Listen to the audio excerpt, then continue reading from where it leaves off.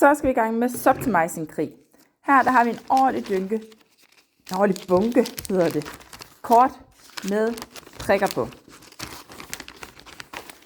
Dem blander man, og så får man en dynge hver, og så vender man. Og den, der selvfølgelig har flest prikker, vinder stikket. Her er en rigtig god idé undervejs, og så rent faktisk lige snakke om, hvor mange er det egentlig, jeg har, og hvor mange havde modstanderen.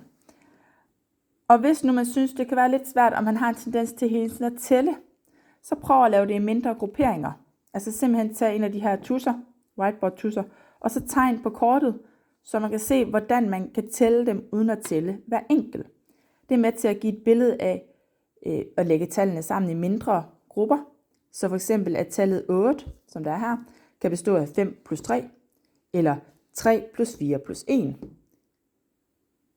Og her har vi tallet 1. Brug 1000, hvis det er, man ligesom skal have hjælp til at dele det op, uden at tælle hver enkelt. Det er mit fif. Hvis man nu kommer der, hvor at man har begge to det samme tal, hvis nu siger, at begge to har fået 1 her, så er der krig. Så lægger man 3 kort ned, og så vælger man en af dem. Og ja, man kan se igennem dem her. Så det er noget med at blive enige om, at det er 1, 2, 3 hurtigt.